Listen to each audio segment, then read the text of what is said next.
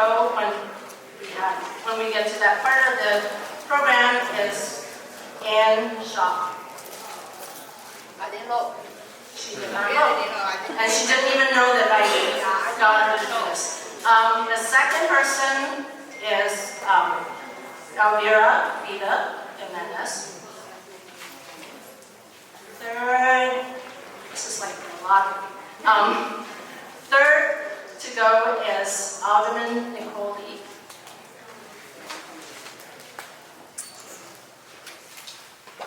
Fourth is Royland Roy Jimenez. That's my lucky number. And 5 is Don. Yep. And last but not least is Andrea Taylor. Thanks very much, Michelle. Okay. Great. So that's our first order of business. We'll get started formally. So my name is Grace Chan Nicoden. I'm the Executive Director for Coalition for a Better Chinese American Community. Welcome everyone. I want to first thank all the organizations that are co-sponsoring. This is an exciting day because in May we were able to achieve the first ever majority Asian American award, and we have Ms. Nicole Lee as the first Asian American alder person, but we also have the opportunity in February to elect our own alder person. And this is, again, a historic moment, and that's why we're doing an early introduction to candidates meeting, which also hadn't been done before by CBCAC. We wanted to make sure that folks know our candidates now. The petition signature period had begun at the end of August, and folks have until November 28th to submit their signatures, and then the election is going to be next February. So there is going to be more time and there are definitely more opportunities where we'll hold other meetings so you can get to know the candidates better. There will definitely be a candidate forum in the traditional candidate forum format after the ballot positions are set, probably in late December or early January, where we will ask each candidate about the issues. Today is going to be just an extended introduction, basically a meet and greet with translations. I want to thank our translators. Ben Lau and Tracy Kwan are translating for Cantonese, and Raylin Fong and Kai-Yu Lee are translating for Mandarin. Thank you very much. It is very difficult to do simultaneous translation, so we have 2 people on each channel. Want to formally recognize all of the co-hosting organizations. If you are representing an organization, please stand, wave, and so on. I acknowledge you. Chinese American Museum of Chicago, Ben Lau, Executive Director, and anyone else representing the museum? No. Chinatown Chamber of Commerce, Jimmy Lee. Let's see, Jimmy, who's the president. Chinese American Service League. I saw CEO Paul Liu, thank you, Paul, as well as Abby Usilio, Anti-Asian Hate Action Center manager. Then we have Chinese American Citizen Alliance, which is represented by Ivy Lam, president of the Chicago chapter, the Illinois chapter. It's great. Thank you, Ivy. We have CAAGC, the Chinese American Association of Greater Chicago, which also co-sponsored, but I don't see anyone representing CAAGC right here, but they are supportive and sponsoring this. Hui Tuck Center, where we are located right now, Executive Director David Wu is back there. Thank you, David. And thank you for the space. Fujian Business Association, Liu Xin, back there, Vice President, thank you very much for being here. Midwest Asian Health Association, I saw Dr. Hong Liu right there, Executive Director. Huitan Christian School, Bonnie Ho, hi Bonnie, thank you. And other representatives also from this school. Ms. Katie Johnson, yeah, very good, thank you. Project Vision, Karen Xu, Executive Director, I think is here, and Chris Kanish, board member, is here as well. Then we have People Matter, co-presidents Angela Lin and Consuela Hendricks. Thank you so much for coming. And Pingtong Park Advisory Council, I think we have some representatives. Anybody from Mike Ulrich, co-president of Pingtong Park Advisory Council. Sealand Association. I don't see anyone representing Sealand here, but they are also a co-sponsor of tonight's event. And of course, CBCC, Coalition for a Better Chinese American Community, we are the lead organization, and I see board member C.W. Chan here. Anybody else from CBCC support?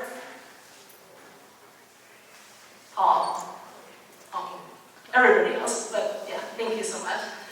So, without further ado, we're going to start tonight's presentation. And each candidate is given 7 minutes. Please speak slowly so that the interpreters can interpret, because they're doing it simultaneously.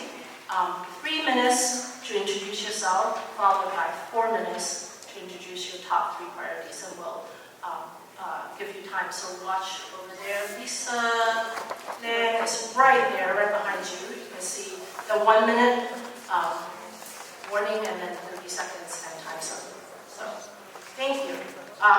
So the first person out is Ms. Ann Shaw. All right, I'm the first speaker tonight.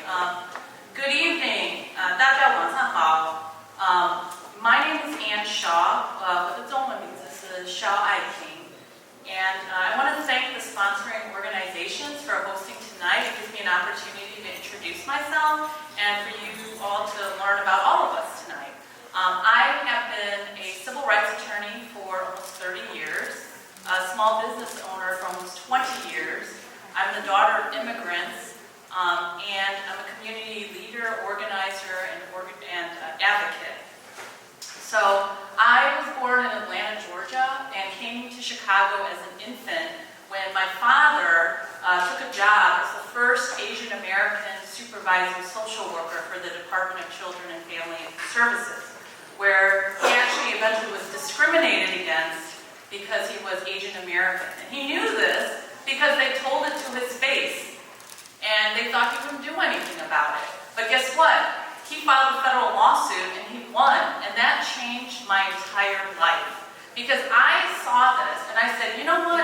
I need to do this. I need to represent people. I need to speak up for those who can't speak up for themselves. So I became a civil rights attorney. And I believe so much in people's rights to have access to good legal services. So in 2008, when I was the president of the Asian American Bar Association, I decided to make free legal services a priority.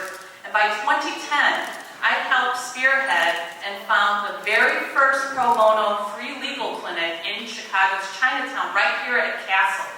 And it's been serving the community since 2010. And we've served thousands of people. I myself have taken on many, many pro bono cases, and I'd like to think we changed a lot of lives. I also believe in ethics and good government.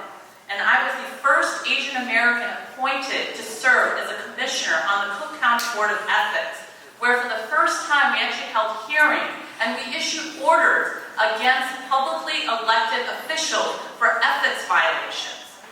And in 2006, I fought against the unjust appointment of a non-Asian to the seat of the first Asian American elected to the Cook County bench. You have to understand, Cook County Circuit Court is the second largest court system in the United States. This caused threats against my law license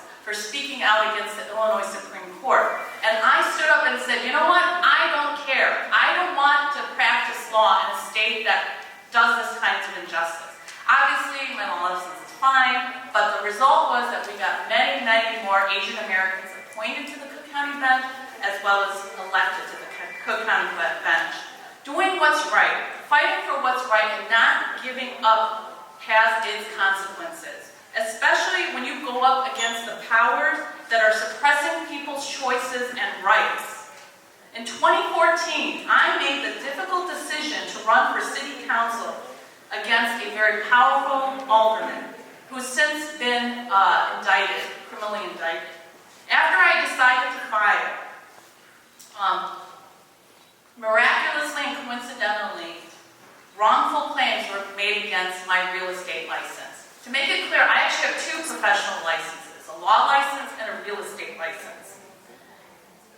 And because I ran against this powerful alderman and I fought this false allegations, in the end, the only thing I was reprimanded for was failure to supervise employees. That's the only thing in my record, and that's the only thing you will find. I achieved results. I was approached by a local business person here, and they had an issue because their students could not pass licensing exams because they were only offered in English. I worked with then Governor Quinn, as well as our current state representative, Teresa Ma, and we got the first licensing exam for cosmetology translated into Chinese in 2012. So these are just a few of the things that describe who I am. And I will fight for the people of the 11th Ward. I'm an independent voice, and I deliver results. And I will have the opportunity to talk about my vision for the 11th Ward. Thank you.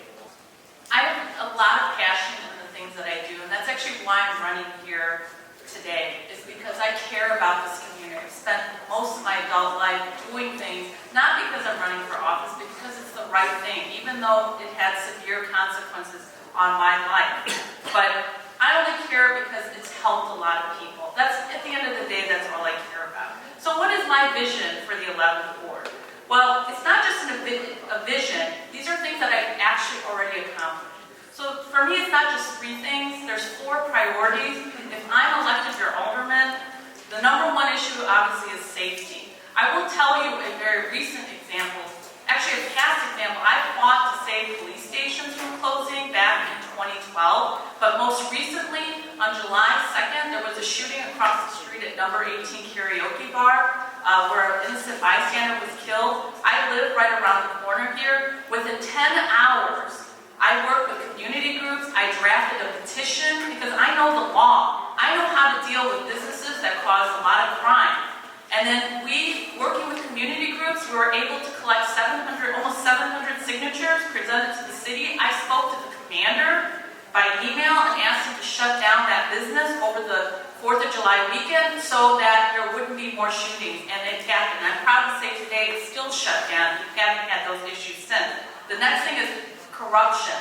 That has to stop. There is a history of pervasive corruption in this community, and as I walk around talking to people, they are tired of it. You don't need to have corruption to do the service properly for the people. And as I've demonstrated, I have fought against corruption publicly more than once. And clean streets, rat abatement, that is also a big issue as I walk around. And it's not just things are not being properly done, because it's not all entirely up to the alderman. The reality is it's about transparency and communication. I have been a 20-year business owner. I know how to provide services. I know people understand that you can't do things overnight, but they want to know that they're heard, that something's going to be done, and what is being done. And I hear all the time that, in the past, that nobody's gotten back to them, they don't know what's going on, and that's something that really concerns me greatly.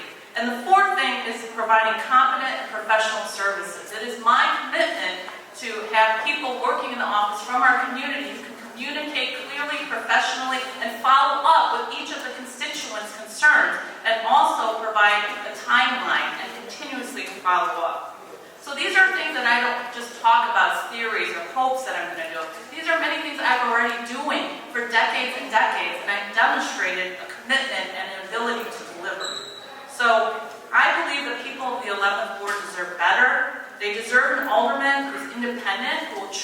represent them and will fight for them every day and only for them. So I hope that you'll get to learn more about me and that you'll speak to me after this and that I can earn your vote and support. Thank you.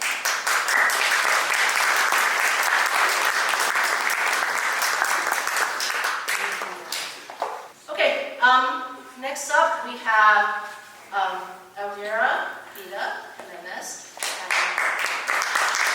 So I will let Lisa set the timer for 3 minutes and 37 seconds. At the 1 minute mark, you receive a sign, and the 30-second mark, and then time's up. Good evening. I'm Vida Jimenez, and I'm seeking the position of the 11th Ward Aldermanic seat. I know I have 7 minutes to talk to you and 3 minutes to tell you exactly who I am. But I tend to lose more votes that way. So let me start out with saying, I was born and raised in Bridgeport and was fortunate enough to raise my own children in the 11th Ward as well. First generation born here, except for a few years when I needed to be close to my newborns. I've been a working single mother in the private sector for most of my life, primarily as a financial advisor for Chicago-based local industries and restaurants. I was even the hostess at Connie's for a while. Some of you may recognize this face, early pizza days many years ago. Over the years, I have advanced from bookkeeper to corporate controller.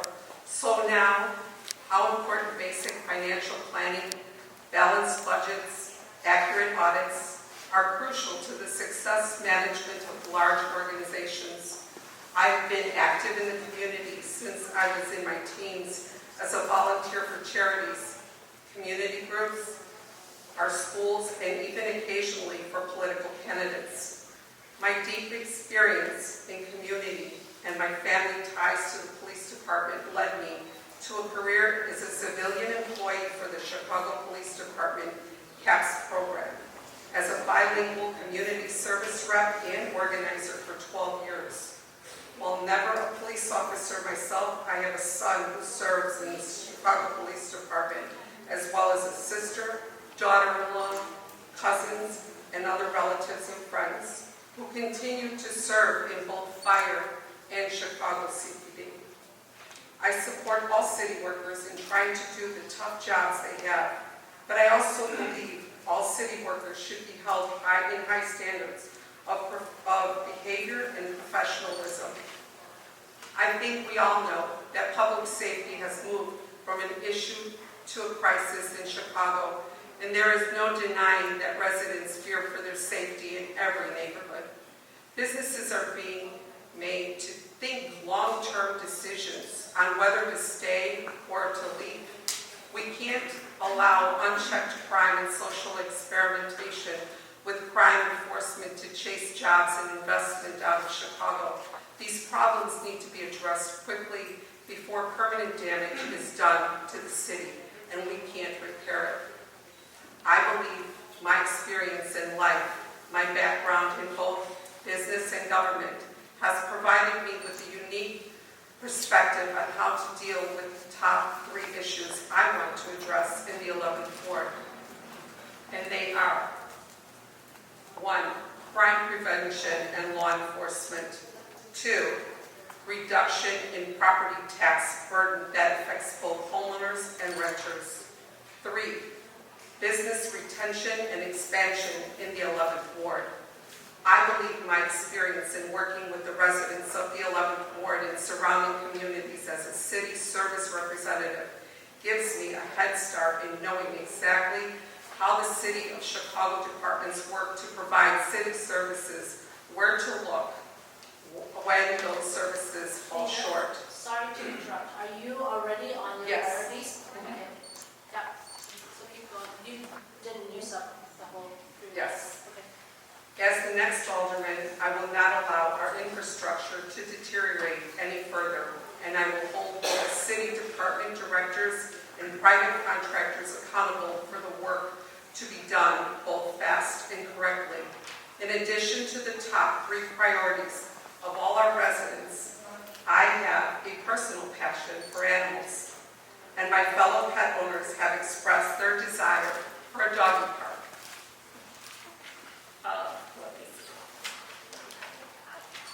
To be created within the 11th Ward, so I will be adding that to my list of personal priorities. Finally, I pledge to be transparent, accountable, and most of all, honest when dealing with our residents and when dealing with all our city officials and businesses when fighting on behalf of our residents.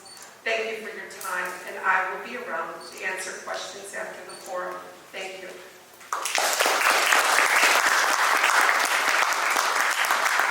Thank you, Rita. Next, we have Ms. Nicole Lee, Alderman Nicole Lee. And same format, 3 minutes for introduction and 4 minutes for the top 3 priorities. Thank you. And if I may, I can just roll into the priorities. I know I've got 7 minutes. I think it'd be helpful to allow the speakers to just keep on going as long as we all know we've got 7 minutes. Wow, good evening, everybody. It is amazing to be here in front of all of you. First and foremost, I want to just have the opportunity to say thank you, because I have not been able to do that to this community yet, to the Coalition for a Better Chinese American Community, for the faith that it showed in me in supporting my appointment for this position as the Alderman of the 11th Ward. Thank those of you in the room, and I think most of you are here, I'm probably going to miss people, but I see C.W. Chan right over here, David Wu, Grace Chan McKinnon, the 3 of them were at the forefront of a lot of the conversations around the map. I know others that were here. I'm going to miss people, so I apologize ahead of time, but Chris Keenich, I heard you're here. I don't see where you are, but I know that you're here.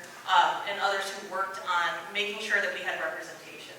So I wanted to just, first and foremost, thank all of you for the faith that you showed in me in being able to fill this appointment while the vacancy was available. So I'll get into my introduction. And with my water. So I'm Nicole Lee, and I'm here to introduce myself to you formally. It's really a big honor for me to stand here before you, especially because this building was a revered place when I was a kid. I'm born and raised here in Chinatown, where my mom and father, my mom and dad, Jean and Teresa Lee, ran multiple businesses. My mother and her sister, Margaret, ran multiple businesses for more than 30 years as salon owners in the Chinatown Snack Shop. Does anybody remember the Chinatown Snack Shop? Hands in the room? All right, we got snack shop people in the house here. What that taught me, and watching my parents, along with my father and his service to the community, and his work with the Chicago Tridents Athletic Association 50 years ago, and really to keep kids off the street, and in our neighborhoods, teaching them the value and importance of teamwork, and the importance of giving back to our community, as well as about our Chinese culture through traditional Chinese lion days, which brings me back to this place, because this is the place, the Anliang Merchants Association was where the kids would learn how to play the drums, how to dot the I's on a lion, and the symbolic importance of all of those things, learning about their culture. So I watched both of my parents model for me what it was to be a good person and a good neighbor, to be of service to others and to help where I could. Now I'm raising my own 2 sons in the same building where my parents lived when I was born. In fact, like many others in this community, ours is a multi-generational home. My parents and my aunt both live in the building too. I have a big extended family with the majority of them living in the 11th Ward. They're as young as 1 and as old as 85. So I understand the unique challenges and concerns that our community has. And I work every day in my job today as the alderperson to do my part to help ensure safety of the residents, that we have access to city services, and that our children have access to strong schools. Since I was appointed in March of this year, I've learned a lot, and I still have a lot to learn. I've told many people that the experience has been like jumping off of the back of an ocean liner, doing a cannonball. No one can prepare you for what this job is. I had an idea, and it's so much more. And the responsibility is immense. One of the things that has been most most striking to me since taking office is the number of people who I've had the opportunity to talk to, who for one reason or another didn't necessarily feel like the 11th Ward office was for them. I can't speak to what happened before. I've only been on the job 6 months. I can share that individuals, for whatever reasons, may have felt like they didn't have access. They weren't seen or they weren't heard. And that's what I've heard from people. And it's not just the Asian population. It's not just people in Chinatown. I'm here as your alderman, the alderman for excuse me. Let me just take a sip of water. Start that over again. I'm the alderman for every resident of the 11th Ward, not just people that look like me. And it's really important as we go into this next chapter of the 11th Ward with the new boundaries, with Chinatown coming into the ward, with McKinley Park joining the ward, and unfortunately we're losing parts of the ward too. What that's going to mean is that we have the opportunity to write this next chapter for our community and how we lead as a community. Now, we've talked about safety as an issue. I think all of us, I don't want to speak for everybody, I think the majority of us will agree that safety is a really big concern. And how we handle that. There's not one thing or 1,000 things that I can do as alderman, that the mayor can do as mayor, the police chief can do as police chief alone. And what I want to share with you is that it takes everybody in this community. I want to acknowledge all of the members of the Chinatown Community Watch Group that are here. Thank you for all that you've done over the last 7 or 8 years to make our community safer. We know with evidence that it's made a difference. But what we have to do as a community is step up and take actions. Each and every single person in this room. Because nobody who's in this position can do it alone. We need everybody in the community, and when it comes to crime, that means making reports. That means following through. If you are a victim of a crime, report it. Show up to the court date. If you need help getting a ride, we can provide that. The city has services. But we can no longer, as a community, go about and watch things happen and not take responsibility and take leadership on our own. I look forward to, over the next few months, getting to know everybody better, and I'll share more of my vision with you. I wanted to make sure today that you understood who I was. So thank you very much for the opportunity. I have to leave to go facilitate a meeting, so I won't be around as long to take questions and answers. But my office is open. I'm in the job now. Come and see me. If you have any needs from the city services perspective, you can feel free to reach out to the office. Thanks very much.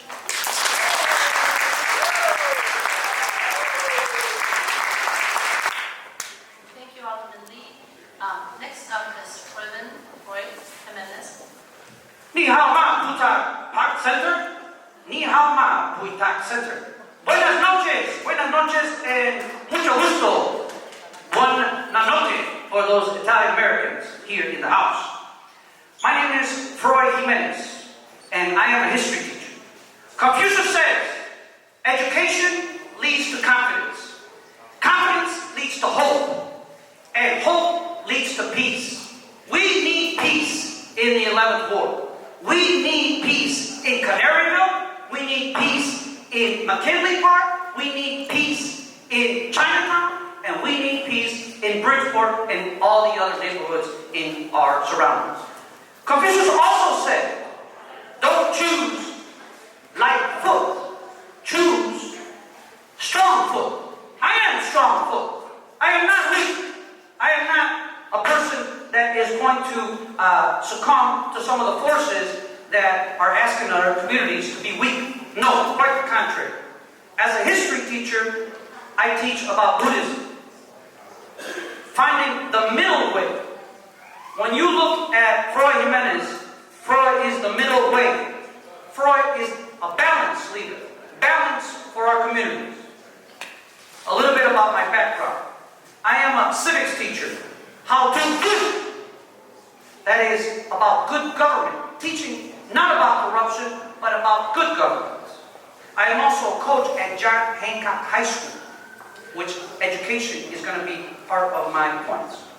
I'm also a proud union member. Union, yes, for all the working class people. I'm a proud parent. Raise your hand if you are a parent in the room here. Yes. parents need rights too, and we should give parents those opportunities, especially here where we are located.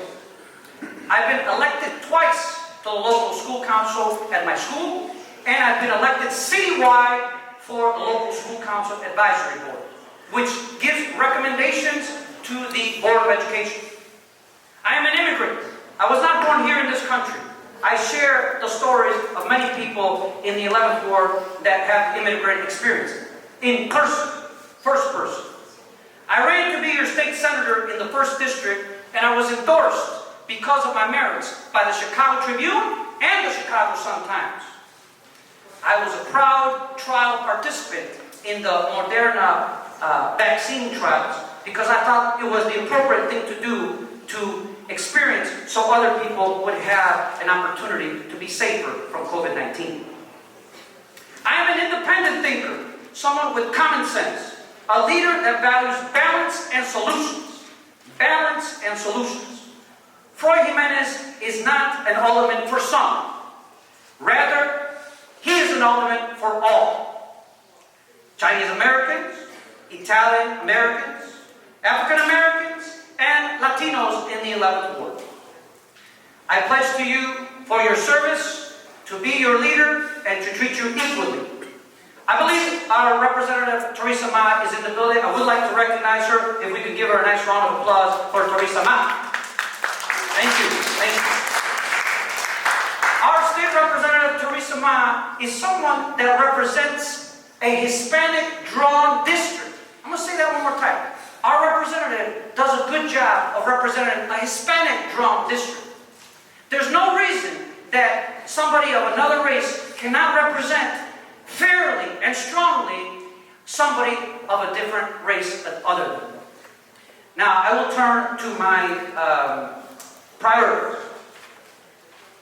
Priority number 1. Everybody has talked about crime, but as I told you, I am a man of balance and solutions. So let's talk about solutions for crime. Let's just not say that there's crime. Let's just not say that there's robberies. Let's just not say that this happens to our good friend here, Lu. This happens too often. There is too many carjackings. There is too many catalytic converters being stolen from our residents. There is too much armed robbery, and there's too much crime. Now, what are some of the solutions? We need to balance police accountability with respect for police. We've lost the respect for police, ladies and gentlemen. I'll be the first one to say it. And we need to make sure that the perpetrators are accountable for their crimes. Too many people complain and let us know that enough is enough. One other person responsible for doing the crimes is going to be held accountable for doing the crimes. We need to allow Chicago Police Department to do their job. And I will be the first to pledge right here today to make sure one of my first order of businesses is to make sure that we allow police the ability to do their job by lifting the limitations, lifting their ability to help us. I believe in better training, but I also believe that we need to help our police officers and respect them. One solution is to make sure that the Chicago Community Commission for Public Safety and Accountability has accountability for police officers, for the victims, and accountability to the perpetrators. Meaning that if you assault a police officer, if you throw something to a police officer, if you injure a police officer, we need accountability for everyone. Lastly, on crime, we need to prevent our police officers from having an opportunity to do their jobs when people in the Cook County State's Attorney's Office are not cooperating with them, when the judges are not cooperating with them. Lastly, on education, I believe we should build, for sure, a new high school. Nobody has talked about the new high school here, and I hope that we talk about the new high school. We need to know about the new high school. I support it, and I hope that in addition to these ideas, we allow Dunbar High School, which is next, to allow to continue and expand their trades program. And I believe we should have a component in the DPI, which is the new area in the 78, to also teach our students at CPS to there to be a campus at there but make sure that our STEM students can get their appropriate needs. Lastly, I'll recognize that Columbus Day is coming up in the few minutes that I have. I hope that everybody here is just as good at supporting our Chinese American communities with the Italian American communities, and I pledge that I will be there in support of our Italian American communities insofar as giving them an opportunity to celebrate Columbus Day in addition to Indigenous Peoples Day. Balance is important and solutions are important. Thank you very much for your time. I look forward to earning your vote. Thank you.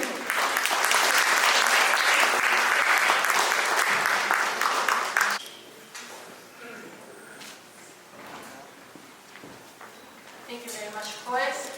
Next we have Donald. Don. Thank you. It's nice to see a nice crowd tonight. It's good to see on short notice. I only had a week to notice. But 3 minutes to tell you about myself. I'm a son of immigrants. My parents came here in the 60s. My family's been here 6 generations now. They came at all different times. My family had a 5-generation Chinese restaurant out in the burbs that helped sustain our family for many generations. And just watching them work, I mean, they worked.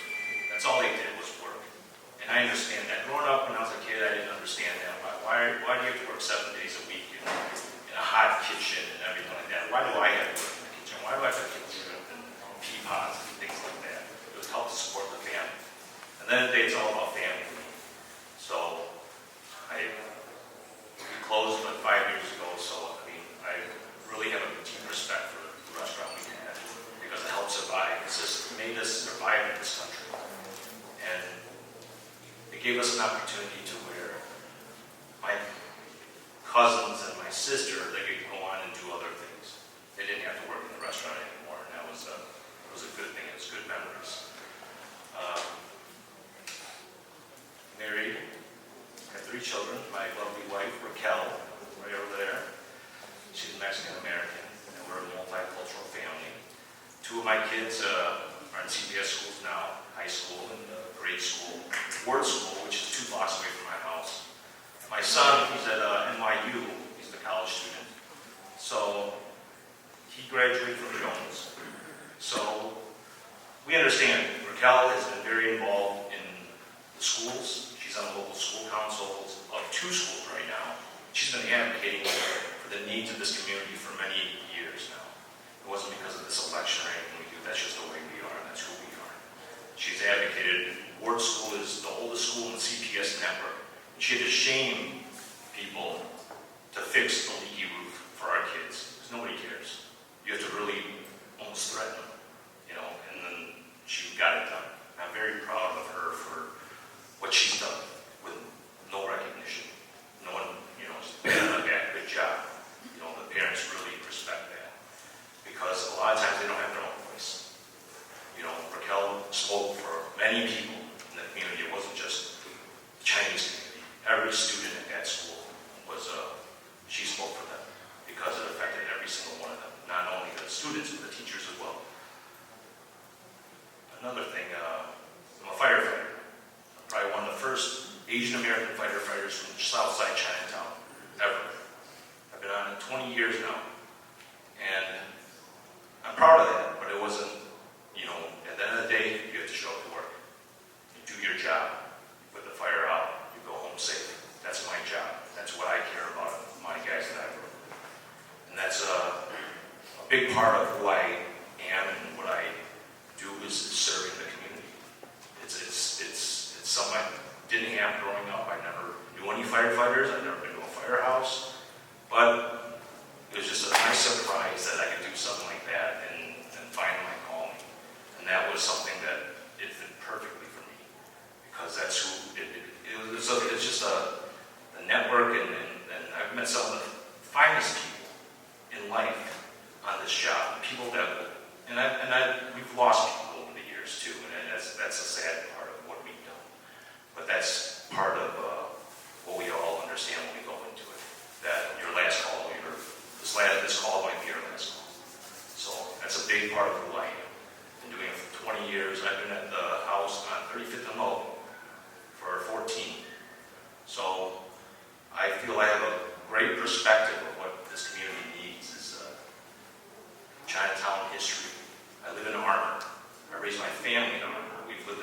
house for 20 plus years. My parents live above me. We take care of each other. And at the end of the day, that's what we're there for, is to support each other. And I work at the firehouse in Bridgeport, which covers Connecticut. So I have a pretty good perspective and stake in all these communities and all these neighborhoods in the 11th Ward. And then I'm one of the founders of the Watch. And the reason I did that was I was sick and tired of us getting robbed. That was the number one thing. Because that could have been anybody. It could have been my mom and my dad, but it wasn't. It was somebody else. But more than likely, we knew who they were. And that was what upset me. Is why would people come and target our people? And that's why we continue to do that. And we educate our community on the importance of calling 911. Before, the police department thought there was no crime at all. They thought there's no reports being made. Well, okay, we changed that. And now we go, whether it's Facebook groups or WeChat groups, we could reach 5,000 to 6,000 people now. And it's to educate the community on the importance of calling 911 and working together with the police department. And we do a lot of other things. I mean, we probably save thousands and thousands of hours of detective time by working with the police, by giving them video footage. We find lost seniors. I mean, someone puts a picture, tells us, hey, we lost a senior. We put it on one of our class. We find, last week I think we found this, the senior was able to go home in 25 minutes because of the network and the communications we've built. So that's a big part of who I am. I really don't have too many hobbies besides that. I don't have time. But my priorities is crime. And then I think it's law and order. If people don't feel safe, they're not going to want to live here. I have to live here because I'm a city employee, but everyone else, they can choose to move anywhere they want. If we want to sustain this community, we better pay attention to law and order, because why are we here? At the end of the day, to get robbed, get paid, pay high taxes. I mean, we can go anywhere. We don't have to be here. So that's my number one priority right there. Education is my number two priority, but if we don't figure out number one, then number two is not going to really matter much. Number three is probably my businesses and business development, small business. If people are afraid to come out and go to restaurants in Chinatown, it's going to affect everybody. So not only our residents, our business owners, but the city of Chicago. So thank you. I'll be here for a little bit to talk afterwards. You want to speak with me? Thank you, CPC, for inviting me.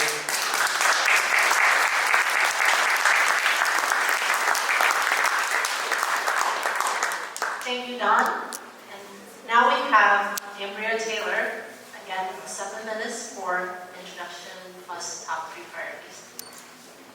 Have you ever needed $20 and just didn't have it?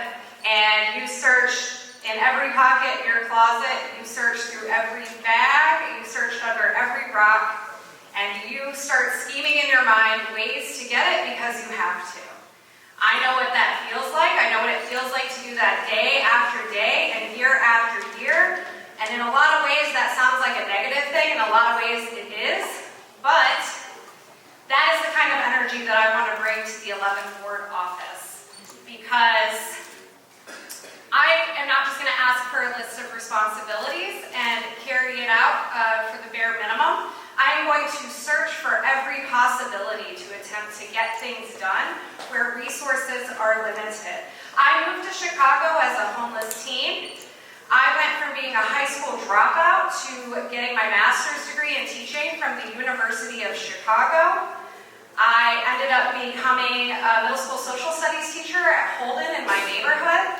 I have learned to move mountains, and that is something that I think is an asset.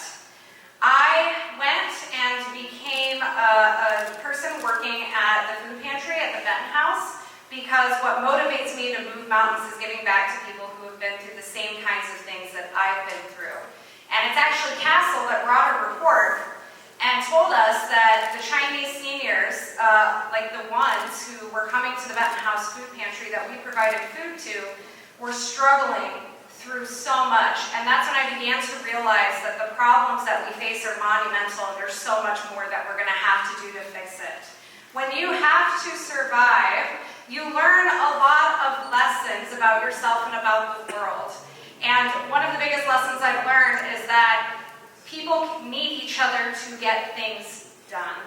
That is why this campaign that we've been running for almost a year now is not about me, it's about collaboration. It's about teamwork. It's about empowering people to take an active role in shaping their community.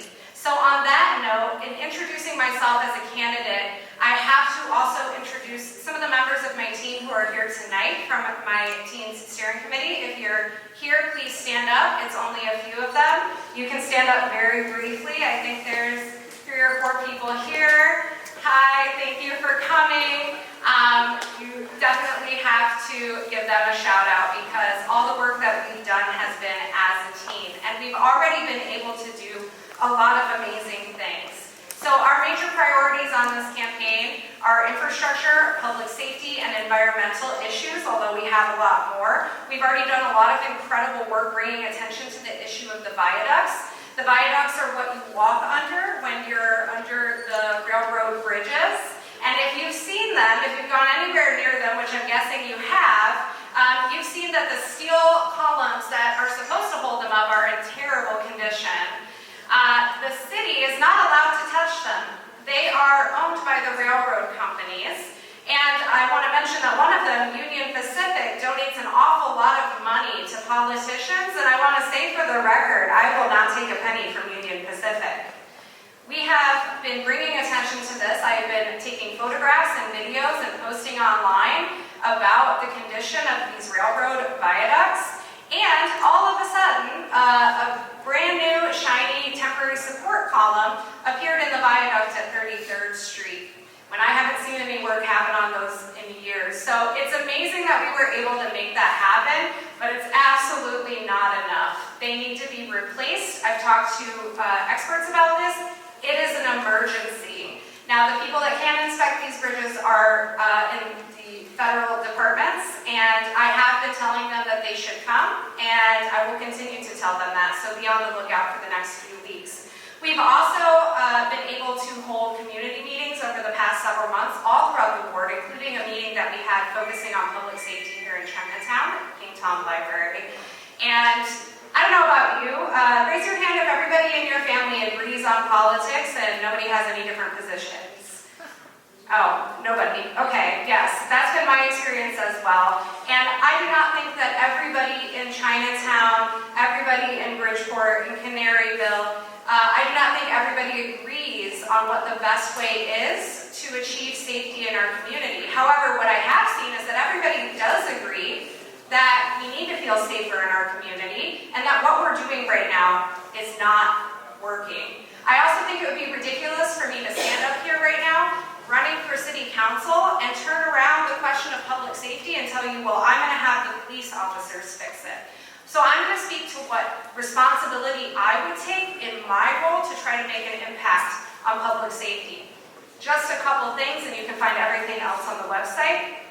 1, we need to house the homeless. There are over 50,000 homeless people in the city of Chicago. That is the population of an entire ward. That problem is not just going to go away. 2, we need to reopen mental health clinics, and they need to be free. Every time I walk outside of my door, I see a person who is in crisis. It is scary, and it is heartbreaking, and people deserve and need medical care. I also think that the government should be working to ensure that people who are released from prison have good jobs and that they can get them quickly.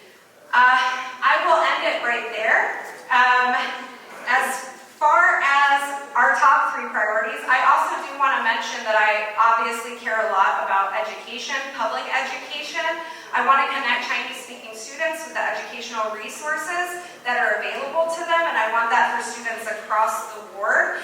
When students come here brand new to the United States at 10 or 11 years old, if they're a little older like that, they are not taught English in our schools. And what the science shows is that they learn conversational English, but they do not learn high-quality academic vocabulary, and that is not good enough. That's what they're at school for, so I want to make sure that that's happening.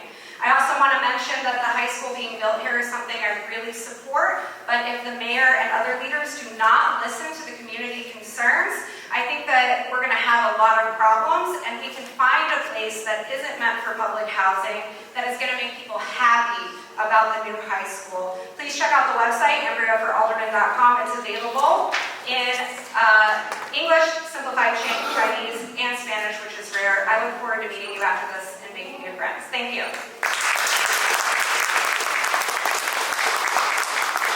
Thank you, everyone. That concludes the formal part of our evening. I want to acknowledge Representative Teresa Ma. Forgot to acknowledge her at the beginning, and for coming and always being supportive of the community. Next, we are going to have an informal time of meet and greet, so folks feel free to come up, or candidates can walk around and speak to people and answer questions. We have James Dispenza, who's here representing Anthony Cherubino. So Tony is not able to attend tonight because of family commitments. So James can answer questions for Tony, and somebody hopefully can answer questions for Nicole as well, since she has to leave early. So please mingle, have more food and water.